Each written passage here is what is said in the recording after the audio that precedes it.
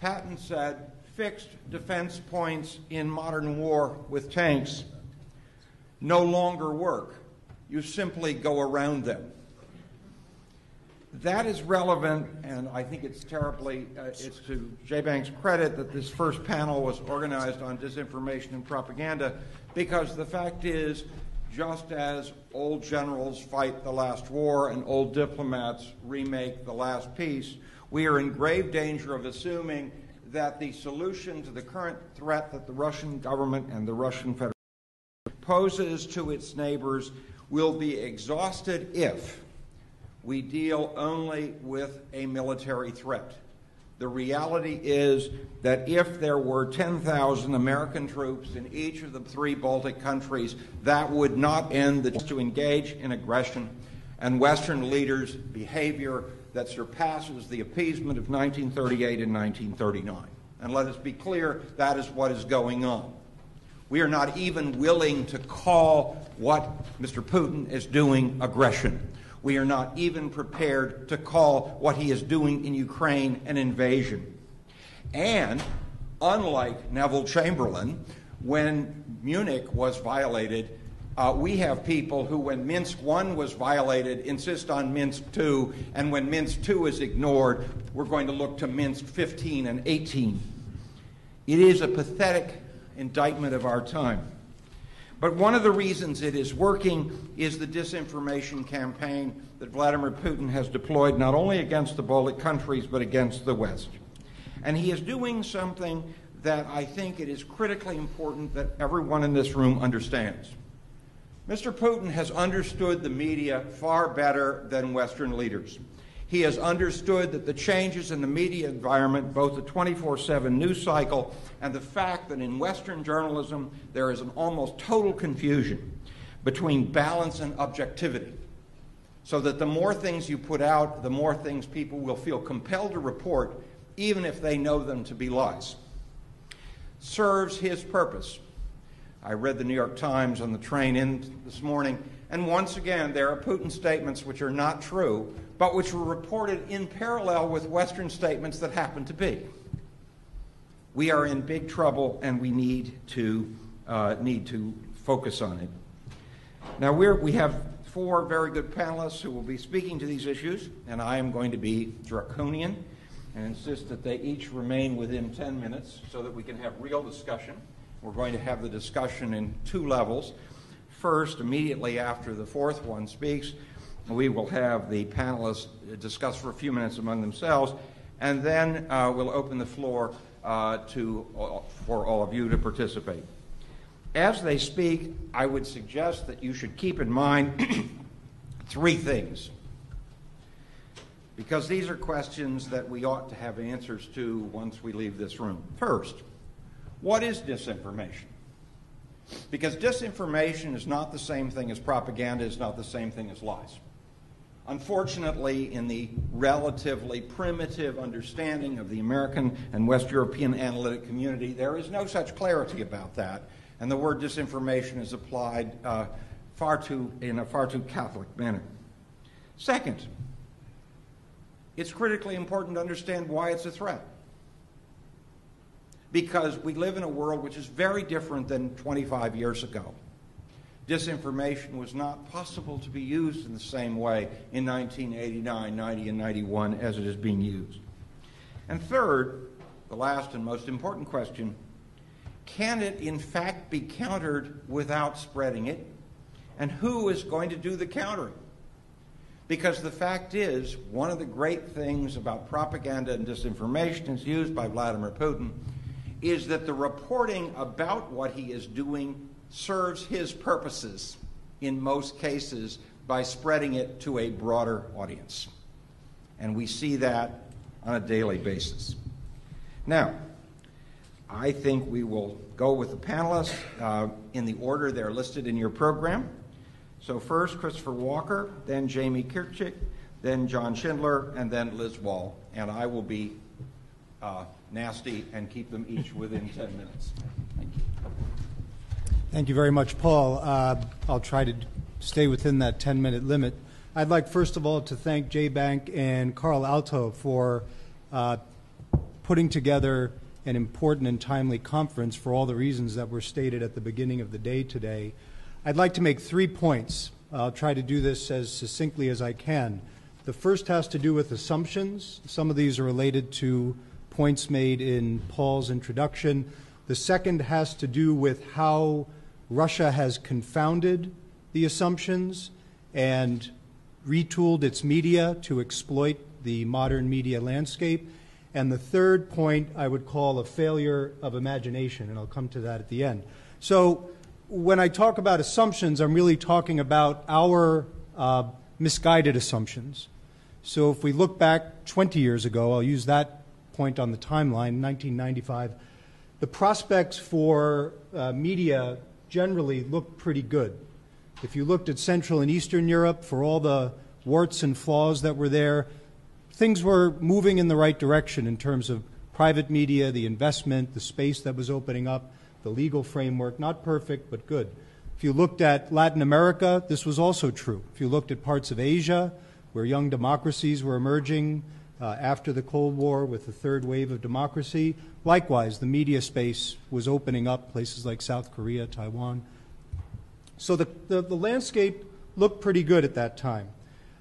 Even in settings where things might have looked a bit more ambiguous, people were reasonably bullish about the way in which media would evolve.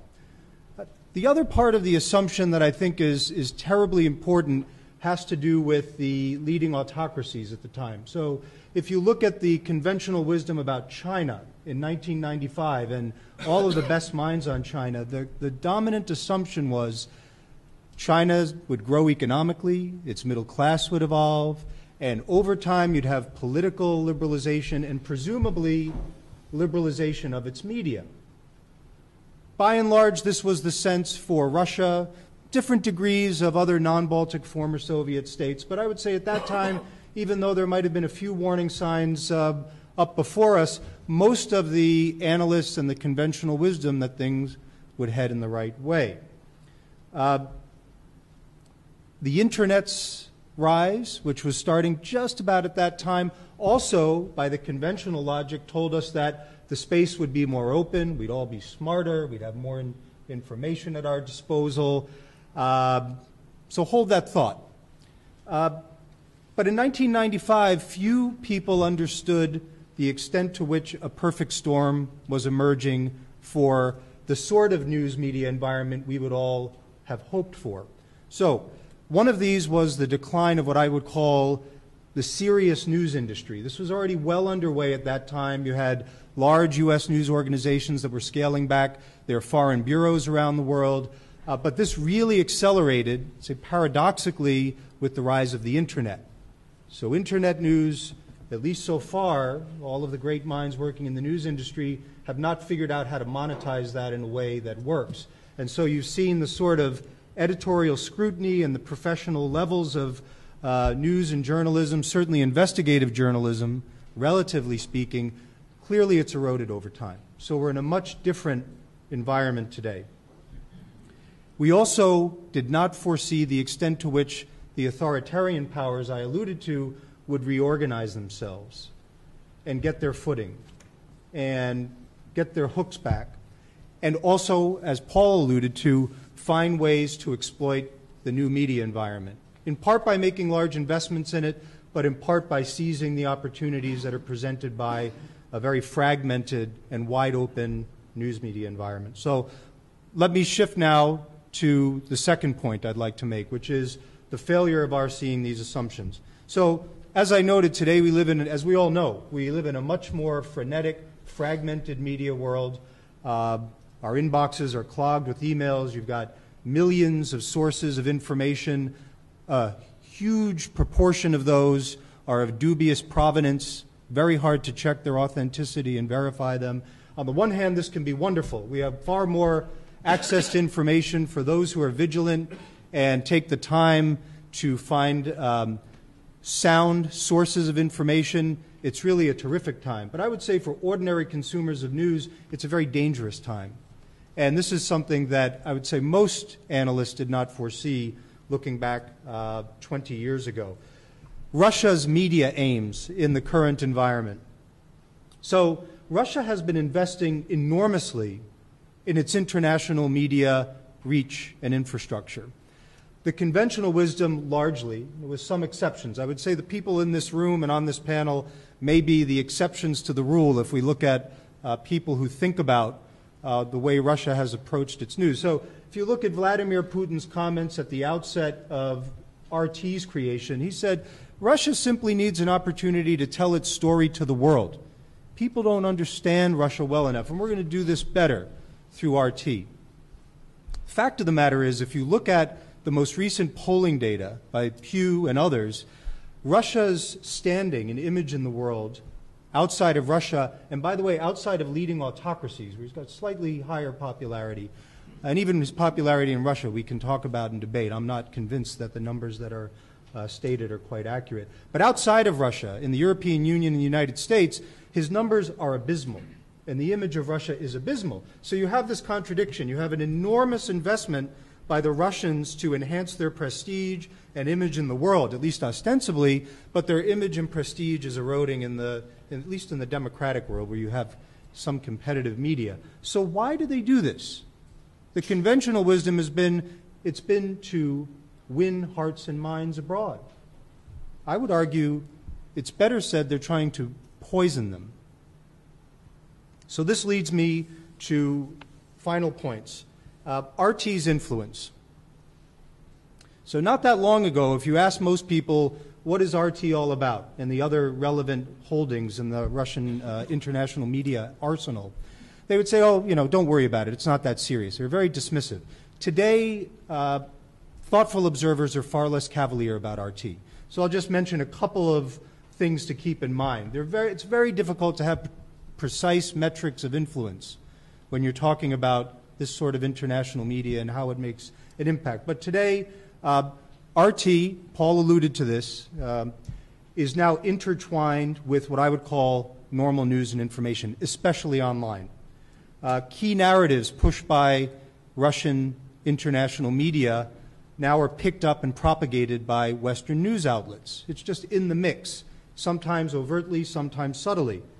Popular aggregators of news and information about Russia, I'm sure some of us in this room subscribe to them, they now effortlessly and seamlessly include RT, Sputnik, and other Russian sources alongside AP, Deutsche Welle, and others.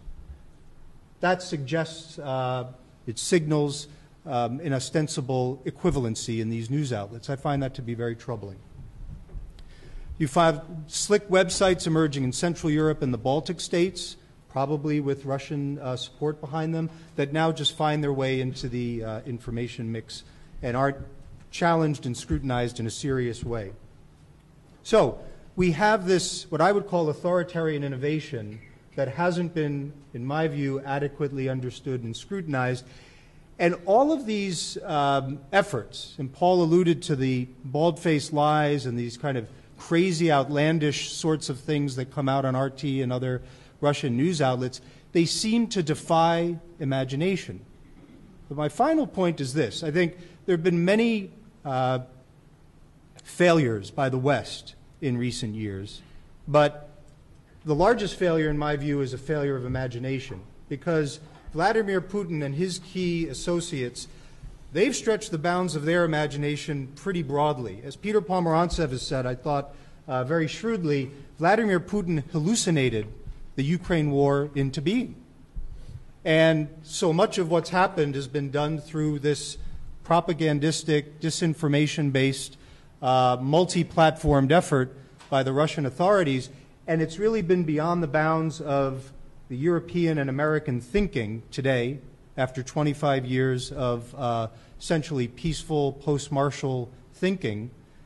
And we have to change that. I think both Ambassador Pavlionis and Prime Minister Kubilius, I think, properly said, if we're going to be as successful in the next 25 years as we've been in the past 25 years, we need a strategy to do this. And we will really need to rethink the bounds of our own imaginations to do that. And I'll leave it at that, and hopefully I've stayed within the 10. You have. Thank Great. you. Thank you.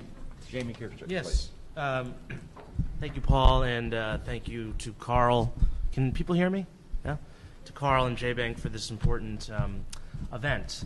And I'm going to focus on what I consider to be a problem that we have in conceptualizing the Russian war on information, which is that we often use the word propaganda. And I don't think propaganda is really accurate. I think propaganda described what you saw during the Cold War, when the Soviet Union had a readily identifiable ideology. It was contained in a book. It was the Communist Manifesto. And the Kremlin's allies around the world were very easy to spot. They were leftists, fellow travelers, members of the Communist Party.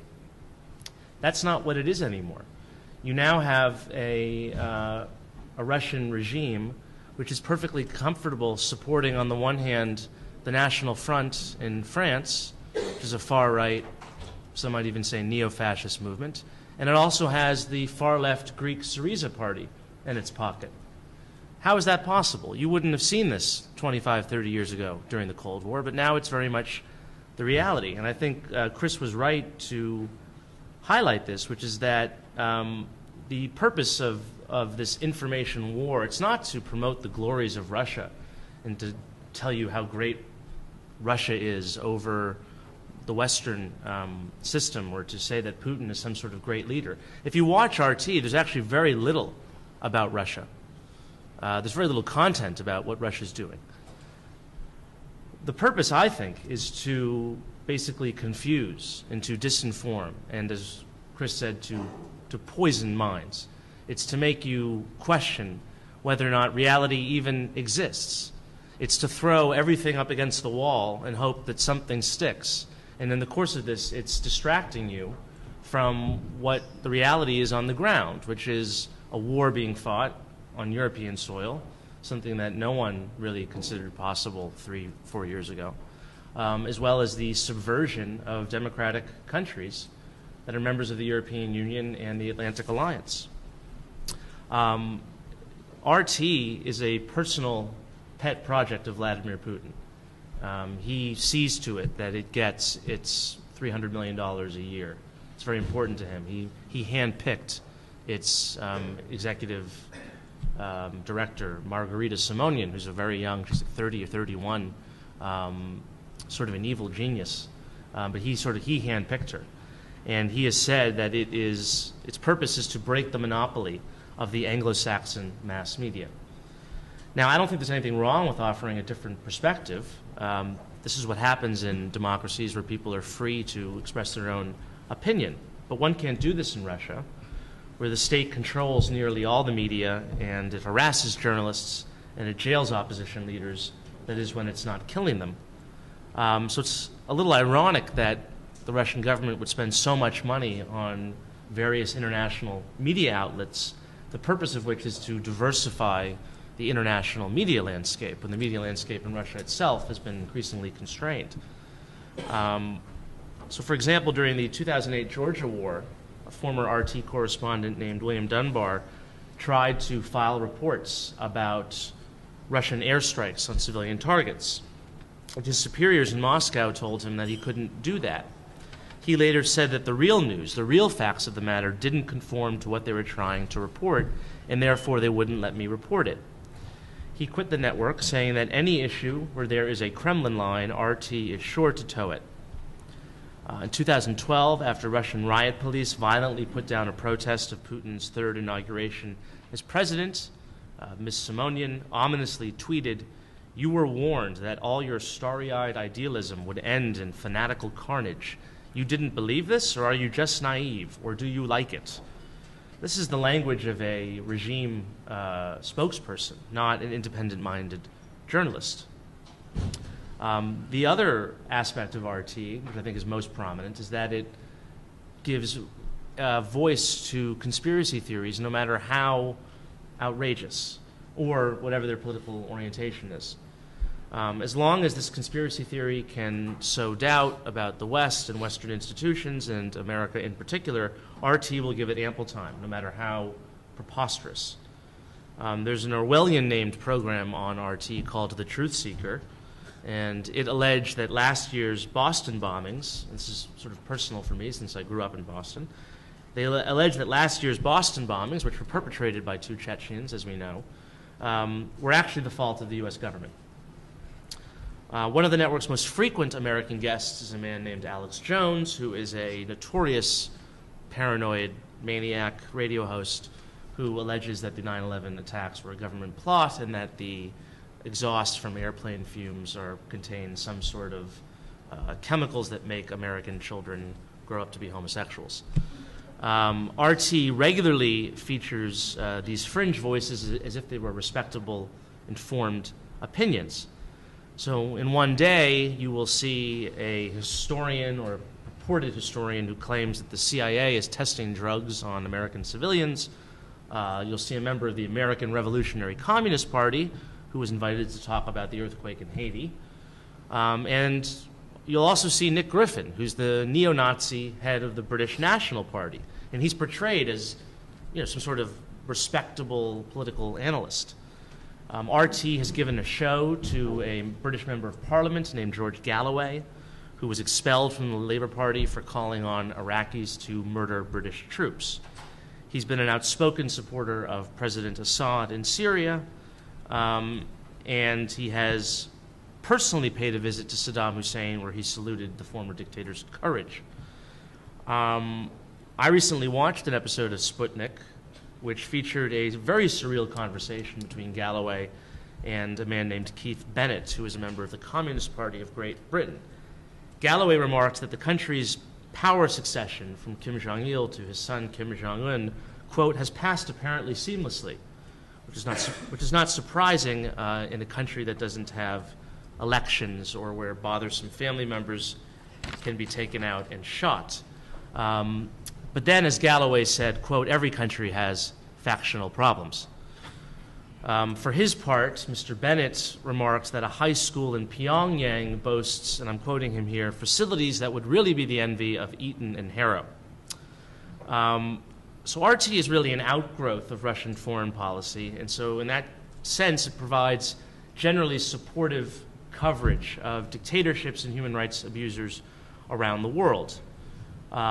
So as Russia is basically the main diplomatic supporter of Syria at the United Nations, RT will air utterly false reports accusing Syrian rebels of putting civilians into ovens and burning them alive. Meanwhile, an article posted on RT's website recently claimed that Venezuela actually became a functioning democracy under Hugo Chavez. RT is what I feel, and I feel this is the most important and most threatening part of RT, is that it really is trying to appeal to a younger audience. And young people, by their nature, are skeptical of authority. And you can walk around the streets of Washington or New York and you can see these posters advertising RT that show cartoons of President Bush or Colin Powell, and it says, the cost of the Iraq War, 145,000 dead civilians. Question more, which is RT's slogan. Question more. Now, this is a slogan that only applies to Western leaders, certainly not Russian or Iranian or Syrian ones. An advertising campaign launched across the United States not long ago featured a photo of Barack Obama morphing into former Iranian President Mahmoud Ahmadinejad with the question, who poses the greatest nuclear threats? As if there were any sort of equivalence between the United States and the Islamic Republic of Iran.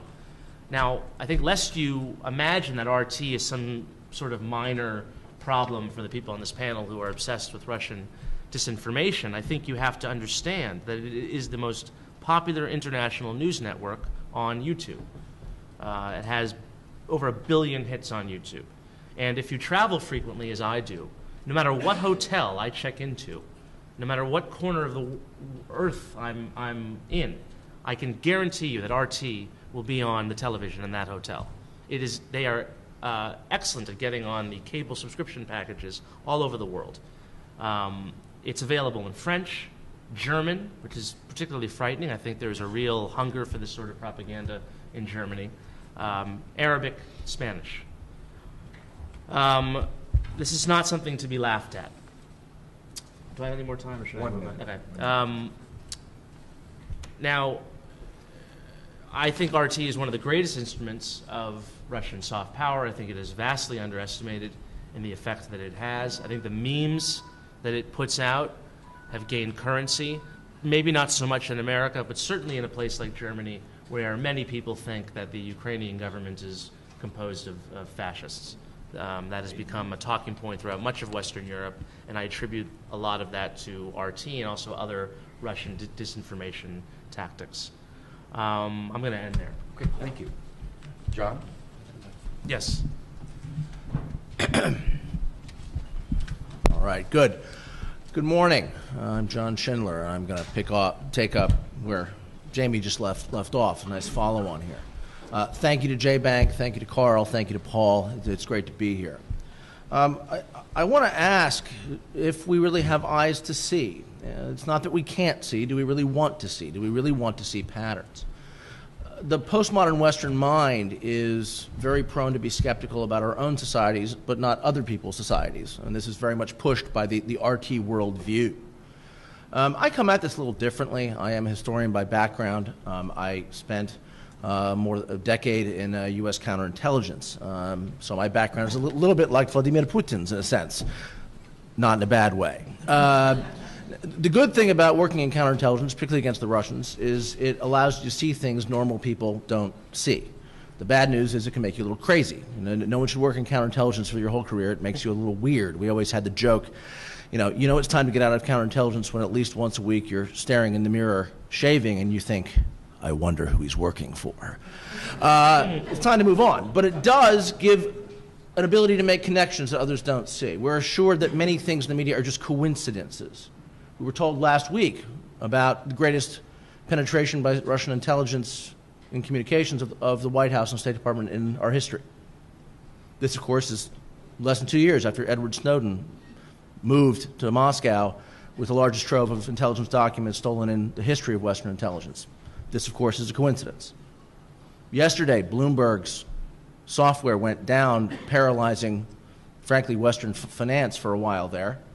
This, of course, is a few months after an agent of Russian intelligence, the SVR, was arrested in New York for, among other things, looking into online manipulation of Western financial software. This, of course, is another coincidence. We can stack coincidences. You got all day, I can give you coincidences, for the next 6 hours. They happen all the time. We need to understand that when we use words like disinformation and propaganda, which I agree with Jamie has a little bit of too much of a Cold War feel to it, I think we need new terminology. But we need to understand how the Russians come to their acumen in this rather nefarious skill set. There is nothing new in what the Russians are doing it. They have been doing it a very long time. The only difference now is the internet, social media give them platforms that are far faster and unfortunately far more effective for them than anything they had before. There's a proper term for what the Russians do. It's called active measures, активные мероприятия. This goes back to the foundations of the Soviet state. The 20th of December is a holiday in Putin's Russia. Okay? It's Security Day, Chekist Day from the Cheka, the Soviet secret police, what would later become the KGB. This was a Soviet holiday. For a brief period in the 90s, it stopped being a holiday because in a normal country, the foundational day of the secret police that killed far more people than Heinrich Himmler's SS would not be a holiday. It is a holiday again. They speak the language of Chekism. They understand how to use propaganda in a holistic fashion that no Westerners do. This is a huge advantage. I come out of the U.S. military. We use terms like psychological operations, which that's also passé, but doctrinally, we have ways of looking at it. We have nice little boxes where there's propaganda over here, there's psychological operations here, and there's some intelligence stuff over here. This is not at all how the Russians view this. This is an entirely holistic enterprise. There are deep connections between Russian espionage against the West, which is at levels seen only at the highest points of the Cold War, and arguably it's more intense now in numbers than it ever was during the Cold War. Disinformation is a project of the Russian intelligence services. It is in their mother's milk. It is what they breathe. It is what they do when they wake up in the morning. We're focused on the most absurd lies that our RT puts out. I mean, some of it's just laughable. There's nothing new in all this. How many of you have heard rumors? You still get this, particularly in the African-American community, that AIDS is a project of the U.S. government. Okay, this comes out of the KGB 30 years ago. We still can't get away from this. It was invented at Fort Detrick, Maryland, allegedly to control African-American populations or gay populations or something crazy. This was a Soviet active measure that is still with us. I expect we'll be hearing about the CIA coup in Kiev by gay Jewish neo-Nazis 50 years from now. These things never go away. What is important, however, is we learn how to counter this. And that countering must be done online. That this is not, we don't need official government statements. We need to fight this where this battle is being fought, in the same information space where the Russians are. But to fight it, you must first understand it and understand where it comes from and the Chekist mentality that drives this. They are not pushing disinformation, desinformatia, just for tactical effects. They like those too. But to create a strategic, as Jamie referenced, a sort of a strategic alternate reality that paralyzes Western publics and decision makers by not being able to see up from down. The bad news here is not only are the Russians good at it, but the reality where most, especially the young people, this audience RT is trying to get, where most Western young people live, is very prone to this sort of silliness. There's no way of getting around that. So to fight it, we have to first understand it. I don't like the term, in fact, I strongly dislike the term hybrid war. It has a really bad connotation to me and to a lot of people I know in Eastern Europe as well. I call it special war because, look, let's be very honest. The Russian military, no matter how prone to fantasy thinking they are, and make no mistake, the Kremlin believes a staggering percentage of its own propaganda. This is not simply for effect. But until the vodka hits very hard, the Russian military, the general staff, does understand that in a stand-up fight against NATO, they will be annihilated. They'll be squashed like a bug. The reality is Russian military reforms will not really have the effect that Kremlin wants until 2025, maybe 2020, depending how you want to look at it. They're years away from being able to take on NATO in anything like terms that a general staff planner wouldn't want to cry over. They know this rationally. Special war, the use of the information battle space, is their most potent weapon. It is working like a charm for them. We need to stop deceiving ourselves. The good news is they're largely winning because we're hardly in the fight. There was a time the U.S. government, that NATO, had an acute understanding of the problem of active measures. In the 1980s, the U.S. government did a very good job in an interagency sense of combating that. Again, holistically, understanding Moscow's use of propaganda offensively for the strategic counterintelligence problem that it is. The bad news is that that knowledge has almost entirely walked out the door and retired and moved on. And the U.S. government and NATO are trying very hard to get this capability back because it is urgent, but it takes time. There's a lack of bureaucratic understanding of what is going on. So there's a lot of bad news, but there's some good news nested in it. The good news is we can fight the Russians online the way, in some senses, they fight us. There has to, however, be a will to do it. I think that will exist in places, but it is not true across the board. And again, I want to emphasize the importance of seeing propaganda and disinformation as the counterintelligence problem that, in fact, it is. You need to view it as the Russians view it. They do not see separate boxes of deep penetration of Western governments and intelligence services over here and RT over here. It's all really one thing in an effort to manipulate the information battle space, and frankly, they're winning. The other point that I want to make, that I want to end on, is again, we need to dispense with this notion that the Russians really are, that the Putin regime really, they're sort of it's kind of like a Western government with a strange affection for photo ops with animals and sort of that sort of thing. No, the ruling circle around Putin are all men exactly like himself who come out of the special services, as the Russians call them, who I think believe a staggering percentage of their own propaganda because they never heard anything else. They grew up in the KGB or the related special services. Russia has a long history of disregarding good information. They can steal almost any secret they want, have no illusion. What is truly alarming and maybe optimistic at the same time is they often don't know what to make of what they're learning. My favorite story about this comes from a KGB officer who defected to us, a good friend of mine. And the KGB had no trouble penetrating every U.S. White House, by the way. They had agents everywhere. In the early 1970s, they were getting information right after the 1972 election from agents inside the Nixon White House that there was this thing brewing about a break-in at Watergate. It was long before the Washington Post heard about it. And it was going to be bad because Nixon's actually involved in this, and Nixon might not make it. Sending these messages, KGB Washington is sending these messages back to Center KGB headquarters. This is great information. This is great inside stuff. Well, this message comes back from Center in Moscow saying, stop this reporting. Well, what the guys in the field didn't know was Comrade Brezhnev was deeply invested in strategic arms limitation talks with Nixon. This was a big Soviet propaganda point, and Brezhnev felt this was entirely based on his personal relationship with Dick Nixon. And if Nixon goes, this is over. Brezhnev was wrong, but nonetheless, there was great fear. So the KGB guys in Washington keep sending reports back about the budding Watergate scandal, and this is going to take Nixon down. Cable back. Stop this reporting. What was upsetting Comrade Brezhnev to read what was happening? Okay?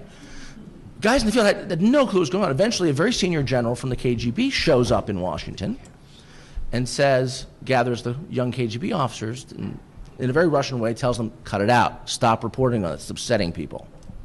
I'll finish this later. I'm out of time. Okay, you're out of time. It's a great story. You want to hear the rest. Okay. All right. Liz? Thank you again to JBANC and Carl for hosting this forum and giving us an opportunity to talk about these very important and timely issues. I come from somewhat of a different perspective from my fellow panel members up here. I used to work for Russia Today before I very publicly defected, I guess. And I agree with some of what has been said here, that propaganda, that word propaganda might be a little bit too simplistic of a word to describe what exactly is happening in Russian media today. Mr. Goble had mentioned that 99% of what's on that channel is true. And it kind of does fall into some kind of an agenda, but a lot of it is true. You can do stories that make the U.S. look bad and have it be true. Now, the problem is when the disinformation sneaks in among the facts, especially when it comes to wars, conflicts, or anything that involves Russia politically. And I saw this happen in an unprecedented and disturbing way when it came to the crisis in Ukraine. I saw firsthand how Russian media was used as a weapon and mobilized during the crisis in Ukraine. These disinformation tactics, I had seen them used subtly before on the channel, but definitely not as strategically and not with such real and devastating effects for citizens on the ground. Some examples of how the narrative was shifted about Ukraine. When protests erupted in Maidan Square, it was made to look not like a popular uprising, but a coup of bloodthirsty neo-Nazis and fascists. And through suggestive and misleading language, RT would pin the blame on the West for fomenting unrest in Ukraine. When Russian troops invaded Ukraine, at the time, as we know, the Kremlin denied it, and of course, we looked the other way, or were encouraged to look the other way. I couldn't, eventually,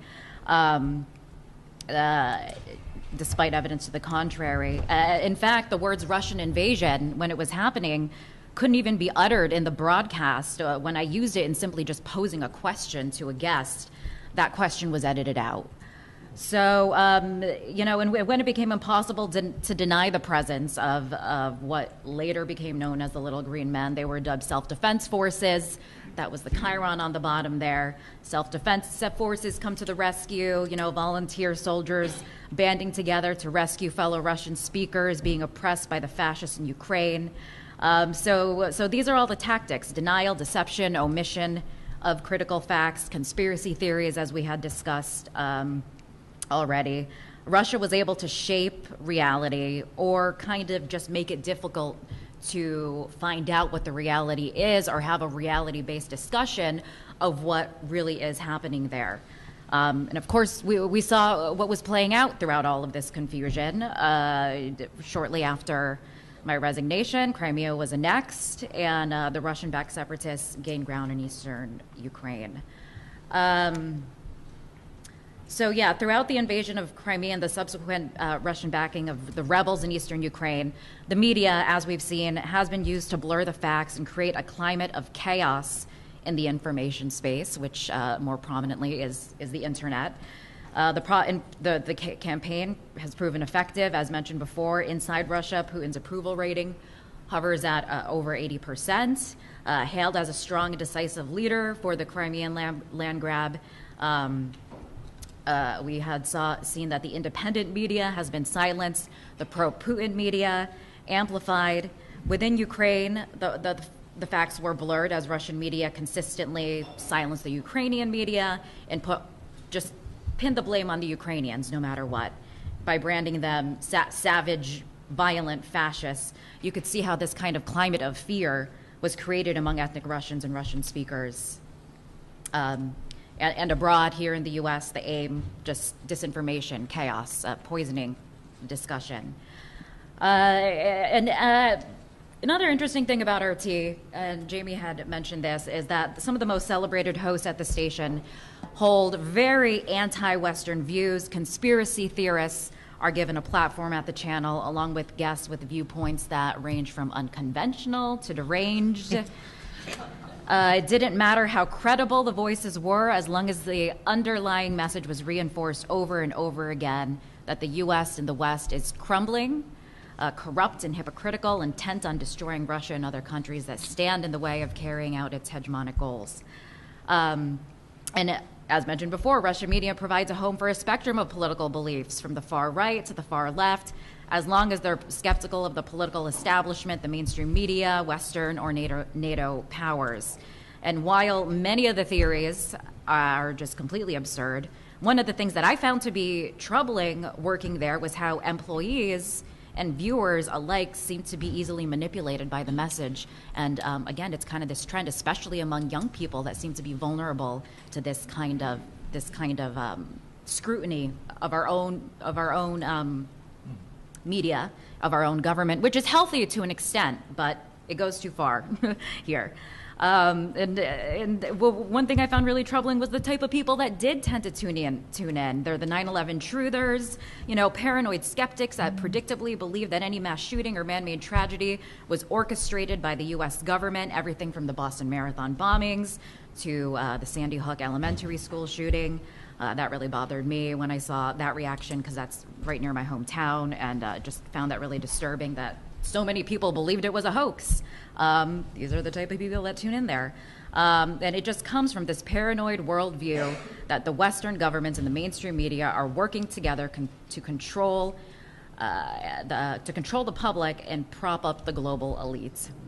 A big part of the Russian media strategy is being savvy on the internet. RT boasts having more than 1 billion views on YouTube, and I saw this feat was accomplished by very vigorously posting content online around the clock, and that's kind of the way the station measured its success, by how many hits something would get on YouTube. And as profiled on BuzzFeed and The Guardian, these troll factories within Russia, where employees are paid to spread pro-Kremlin messages on social media and in the comment sections of many prominent news sites, making any real constructive conversation virtually impossible. Now, those that challenge any narrative against Russia are branded CIA agents, of being puppets of neoconservatives intent on reigniting a Cold War. Apparently, I was a part of that. And face the ire of a barrage of these trolls or hecklers on the internet that hijack online discussions. I was accused of being all these things, faced all this internet hate, and in fact, just yesterday, I was visited by a good number of these paid Russian trolls. They troll me relentlessly on social media, many of them obviously of the paid Kremlin variety. Others volunteer sympathizers here in the U.S. They apparently didn't like what I had to say about them during the House Committee on Foreign Affairs hearing when I testified on Wednesday. The Russian bosses say that the organization is simply providing another perspective, one that is purposely ignored by Western mainstream media. They maintain that the network is no different than other channels that insert an ideological spin. And the implication there is that there is no such thing as an objective truth, and that every possible theory uttered by anyone is equally plausible.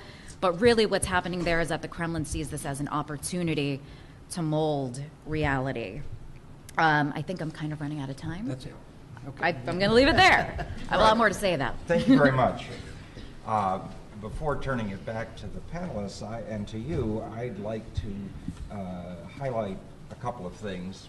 I think of the many wise things the panelists have pointed out, what we have in the West is generally a failure of imagination and a failure of understanding. And I think I'd just like to make 3 quick points about that. It's been observed since George Orwell and perhaps earlier that everyone has a right to his own opinion, but no one has a right to his own facts. The tragedy is that in the Western media and in the Western and especially American political system, the epistemological difference between fact and opinion has been obliterated. I have lived with, and you have too, the fact that we still have people who are fighting over the conspiracy theories about the Kennedy assassination, and that whenever there is a story in a responsible place about what happened in Dallas, people feel compelled to mention that fact, even though there's no good evidence And for that was it. also a KGB. Well, no, I they didn't have to do much because they had so many willing assistants here in this country. And we have the people who have found out that it works very well to spend hundreds and hundreds, if not millions of hours on the question of the birth certificate of the current president. The fact is, saying that any fact is an opinion works. And we are the ones who have taken the lead in proving that in the world, not the Russians. The Russians have learned from us in that regard. Second point, I don't think people here are willing to deal with another fact, and that is that we no longer have the resources we did 50 years ago. In 1946, the U.S. had 50% of the world's GDP. Today, it's about 18%. In 2025, it will be 10%. The consequence of that is we no longer can spend money on things without having to take money from somewhere else. And where have we taken it away? Well, we've taken away from expertise. We no longer have FBIS translating materials from abroad. We no longer can afford to have people trained in a lot of languages. And we're still sending people to embassies in the post-Soviet space who know Russian but who are not trained in the national languages. Shock, shock. Okay? This has been paralleled in the private sector by the collapse of foreign reporting. Most foreign reporters who cover Ukraine are based in Moscow. And as I like to say, you can cover Israel from Damascus, but it would be wrong. But we don't have any problem with the idea that the Russians should be allowed to, and Western journalists should be allowed to cover Ukraine from Moscow, and that's how it's done. This is not a KGB active measure. This is a decision made by people here because to do otherwise would cost money and we don't want to do it. Third, and this is a point that everyone has made, there has been a collapse in authority, in media editorial authority, and the flattening out of all of this between fact and opinion, and we are in big trouble. What Mr. Putin has done is exploited this with extreme success rather than invented something. I don't think he's invented anything. I would extend the Russian tradition of playing games with fact and opinion back to Ivan the Terrible and the Kurbsky-Grozny correspondence, which was one of the first active measures once Russia consolidated as a state. But the point is, we have lost a sense that anyone can say this is true and that is not true.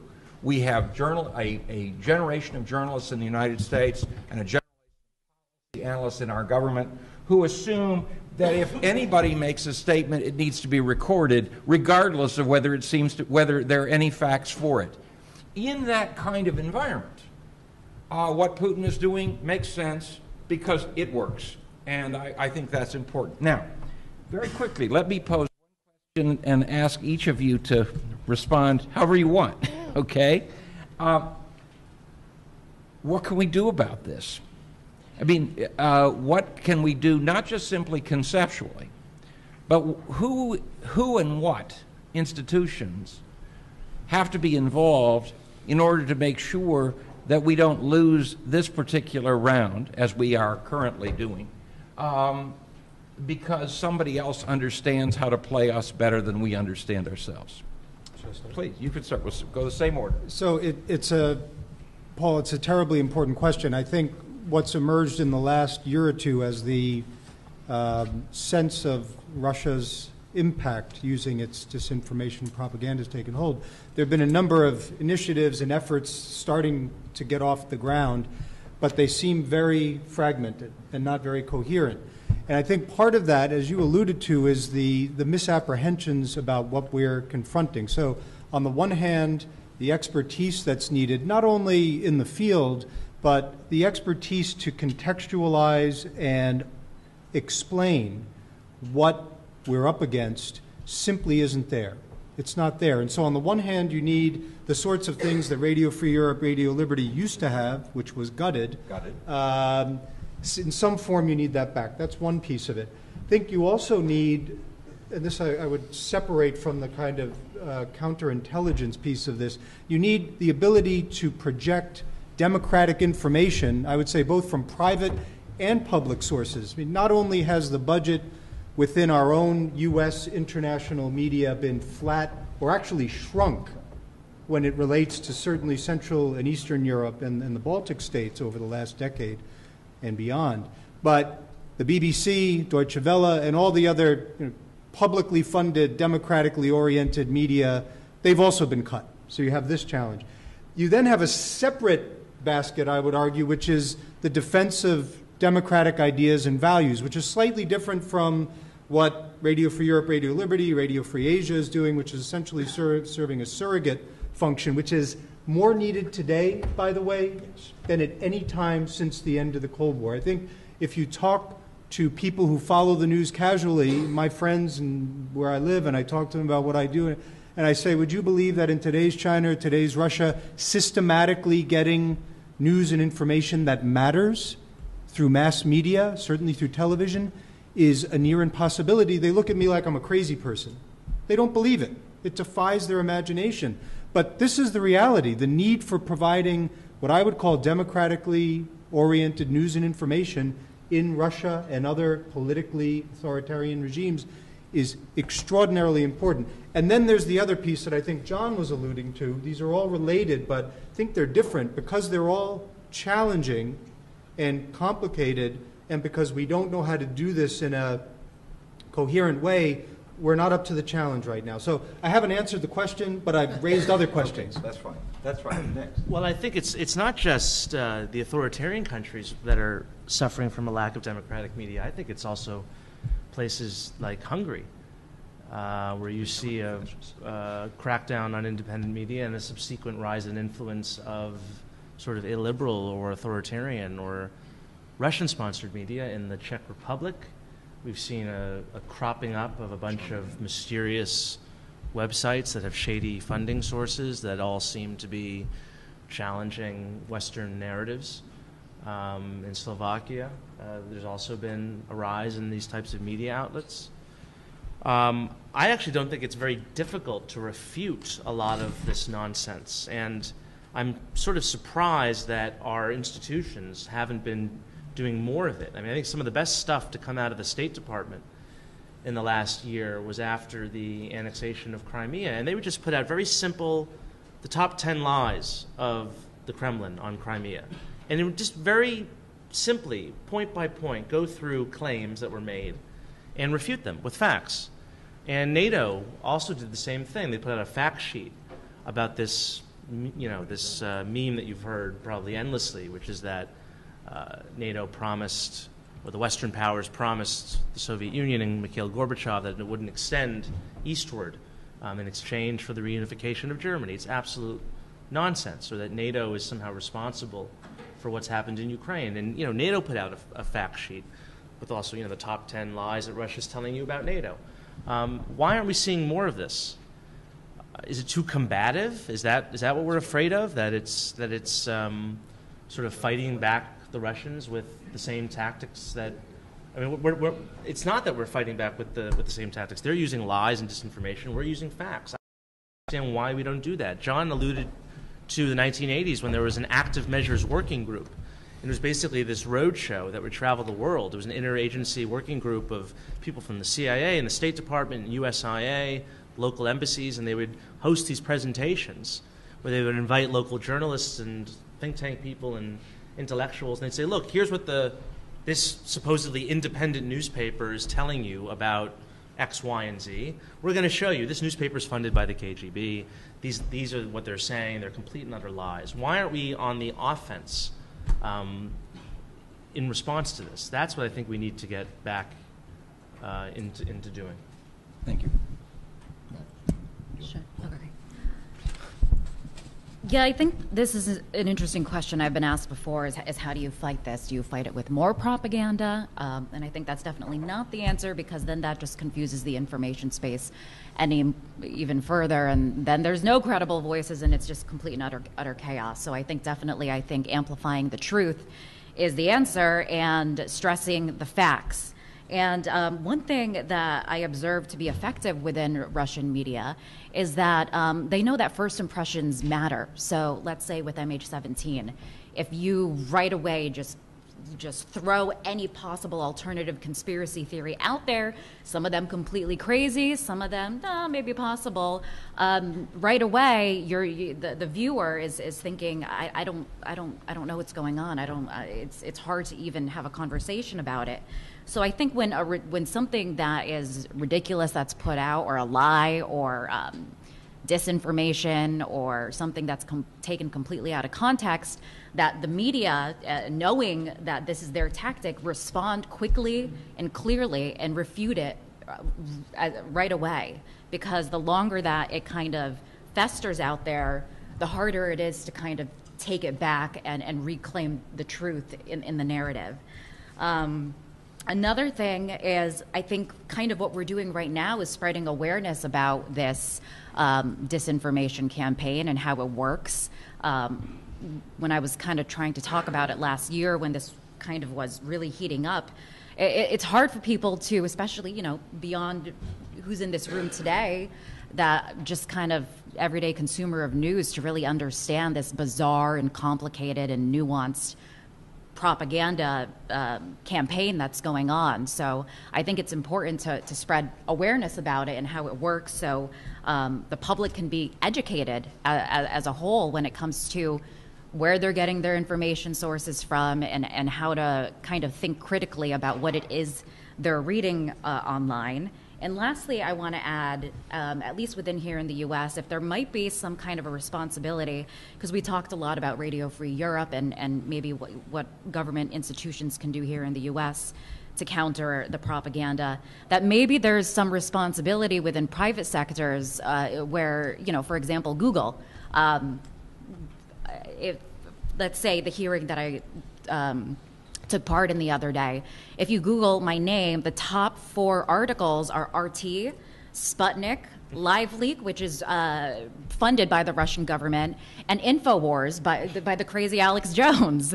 And so for somebody out there who doesn't, just trying to Google and try to figure out information, I mean, that's what they're seeing. And the 5th most popular search was a Wall Street Journal article written by a congressman, the head of the committee. So, I mean, the disinformation is winning out on the information space. So maybe there needs to be something done in that arena. Yeah, I agree with just about everything that's been said here. We are short of funds. We are short of imagination. Above all, we're desperately short of seriousness. The Russians are deadly serious about this. We simply are not. We could brainstorm ideas on how to fight this, and some of them would even work. I have no doubt of that. I have not figured out how we're going to get a seriousness injection, before the Russians are in Warsaw, frankly. I am not optimistic about the U.S. government or any NATO government being able to take lead on this. There is a lack of skill. There's a lack of imagination. There is immense bureaucratic cautiousness that is impeding this, and there's just too much. Redoing the active measures working group, even if there were will to do it, and I do not see that there is, would still take years at this point. And I think the NGO sector is going to have to walk point on a lot of this, frankly. The U.S. and Western governments will have a role to play, but we're going to have to reimagine this. There are a lot of people doing very good work in social media on countering this that you would hope governments would be doing, but they're not. The answer, I think, has to be a partnership, but ultimately with the NGO sector in the lead. There is interest. I've been working in this area to get interest going. There are interesting things happening, but we still have a long way to go. Seriousness is what is required. Thank you. Okay, it's your turn. We have a little over 10 minutes. if you would just stand and I'll recognize you. Don't try to make your way to the microphone because it's just a question of time, and then we'll proceed as fast as possible. Yes, sir. And you can direct your question to a particular panelist or to the whole panel. Yes, sir. No. All right. Just speak. No. All right. Good morning. I'm Dennis Butners, Georgetown University. Thank you very much for speaking on your points. A lot of you made very good points and highlighted a lot of good stuff. Now, as a member of the generation that taught his parents how to use Facebook, I do have to ask this question. You talk about the point of having to counter it. Now, for someone who's a little bit more in the wilderness than you guys are, having a lot of experience dealing with this, is there a touch point, a source of information, a book I can read, or anything like that? Because before I become another Facebook troll and just add to the white noise that's out there, how would you advise someone of my generation to go about this? I would say you need to be on social media. There is a book coming out, mine, which I would strongly encourage you to read. But there are people highly active, for instance, on Twitter, on countering all this. If you follow me and Jamie, you will immediately see who these people are. There is a lot of good stuff being done. I mean, obviously, people can put stuff on the internet that's not true. I mean, that's certainly there. But it's not all bad news. And this is the key information battle space. Follow people like me and Jamie. We retweet all kinds of this stuff. It is not hard to get informed pretty fast if you have open eyes. Now, I would add that one of the best reports done to date that explains not only the war on information and the disinformation used by Russia, but also how it's using its influence in the areas of culture and money, was authored by Peter Pomerantsev and Michael Weiss. And that's called The Menace of Unreality. Great title. It's available online. It was produced by the Institute of Modern Russia. And it's a very clear-headed read on what Russia's up to in this regard. Anything that either of those guys have written, particularly Peter wrote a book called Everything, Nothing is True and Everything is Possible. Right. It's a great book. I highly recommend, and the title really tells you everything. I would add two books. The first is by Paul W. Blackstock, The Strategy of Subversion. It's not a new book, but it is one that will give you the broadest possible conceptual understanding of how this fits in. And the second is Anything, and I mean anything, by Natalie Grant, who was George Kennan's secretary in Riga in the 20s and early 30s, and who was, up to the age of 104, the outstanding specialist on Soviet active measures and disinformation. And she wrote a large number of things, and everything she writes is worth reading. Most of it is available electronically online. Her books ought to be gathered up and published so that people would read them again, because she's just that good. Okay?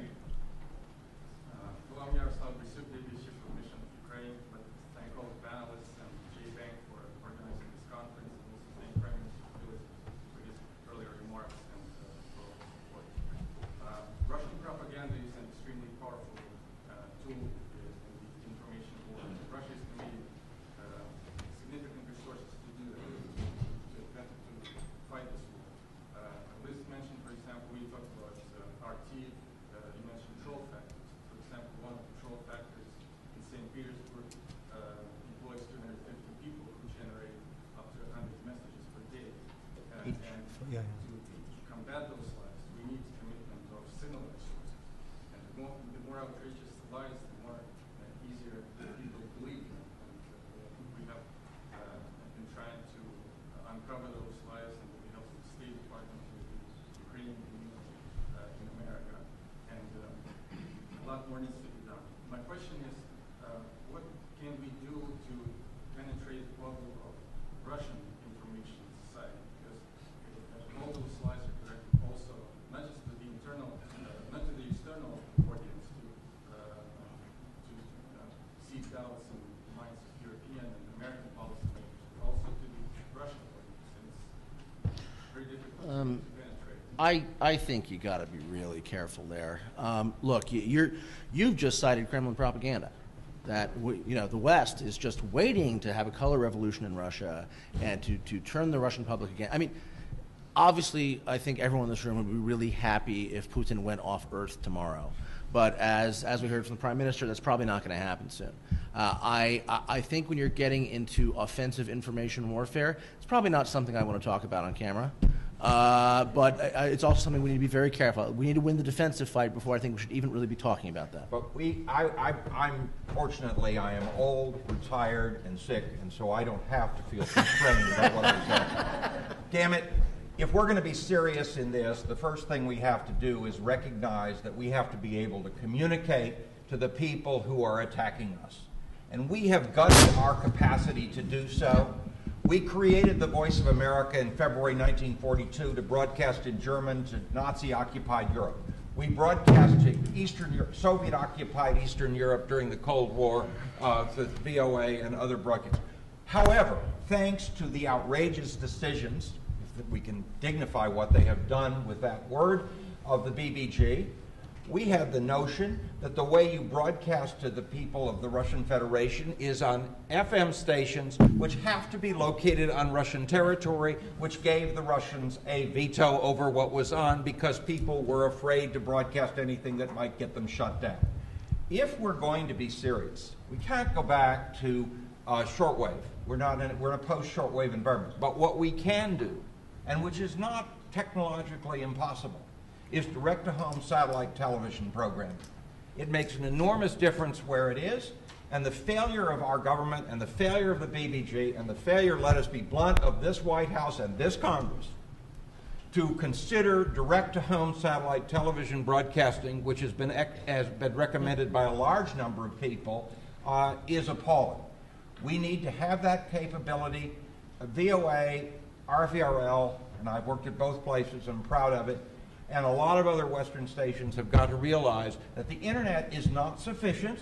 It's cheap, but it isn't sufficient because you're just grouped with everyone else. We need the capacity to have a state broadcaster and also a surrogate broadcaster to Russia because we have to take them on. That doesn't mean that we go on the offense in the sense of, trying to undermine Vladimir Putin. As long as you make that delineation very clear, I think that's fine. We will be accused of doing it if we say that the sun came up in the east. I mean, Putin is incapable of telling the truth, even to himself, which is why he's ultimately going to lose. Just so many people are going to suffer in the process. But the fact is, we have gutted our own capacity to communicate, and we cannot even do the defensive function unless we do something like that and unless we develop the information knowledge. I'm so delighted. I just have to share one more story. I'm so delighted now to come to these meetings and see all the flags of the Baltic states. I can tell you, my dear friends, that as recently as 1991, we had only, the U.S. government had a grand total of one Estonian flag that was the right size for public meetings. And when the Estonians came to Washington, it was my task, working at the State Department as I then did, to be in a cab going from one meeting to the next to take that flag from the State Department to the White House to Capitol Hill. It's important that we develop some capacity in a variety of languages. I would like to know how many people at the American Embassy in Kiev speak Ukrainian. There are some, but there aren't enough. And there isn't enough communication to Ukraine either by American broadcasting. Can I just add one more point on this? And John Schindler mentioned a moment ago that in the meeting the challenge, the response may likely be led by the NGO sector. I think in Russia today, if you look at what's happening domestically in getting information to ordinary citizens, despite this extraordinary crackdown in terms of ownership takeovers by Kremlin-friendly forces, censorship, intimidation, murder of journalists, you still have extraordinarily courageous people doing their best in these trying circumstances to get information to the citizens of Russia. It's shrunk enormously, but I'll just give one short example. The deaths of Russian soldiers that have been occurring in Ukraine, despite the fact they're not there, has been reported by civil society within Russia, and that's one of the tools that's been used. And until we have better ways of communicating from the outside and doing some of the things that Paul alluded to, I think we have to be mindful that you have civil society groups that need to be more engaged on this front. Okay, I thank you all for your questions. I think we can do one more.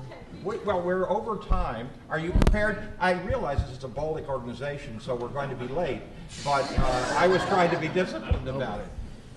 Board member, one more question. We can have one. You want one? All right. We'll have to be quick.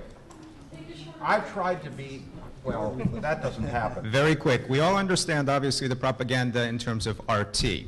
And we can combat that in as many ways as we can think possible. But what about American TV that's actually propagating all of Putin's propaganda in terms of, for example, last Thursday, the Central and East European Coalition, of which JBANC and other Central and East European community organizations are part of, we had an advocacy event on Capitol Hill. After a very long advocacy event, I came home and started flipping TV channels. And I just happened to fall upon C-SPAN. And to your knowledge, to our knowledge, our American TV rebroadcasted Putin's 4-hour diatribe that he did live in Moscow.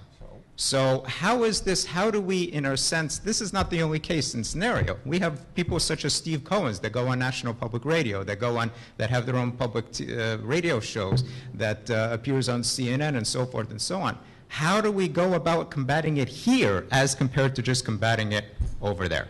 Well, I've made sort of a habit of following Steve Cohen, and I think really the best thing is just ridicule. I think Right. it's up. He spoke at a conference on Capitol Hill, and actually, they're often self-discrediting. He debated Gary Kasparov and Ann Applebaum last week in Canada, and it emerged that he's never visited Ukraine in his entire life. This is a Sovietologist. How can you be a Sovietologist and never been to Kiev? I find that incredible. So I often think that it's easier just for independent journalists such as myself to go to these events, to interview these people, to let them speak on their own. And I think that once you get them talking, they often make fools of themselves. Yeah. Okay. Can we, let's end. Join me in a round of applause for the panelists.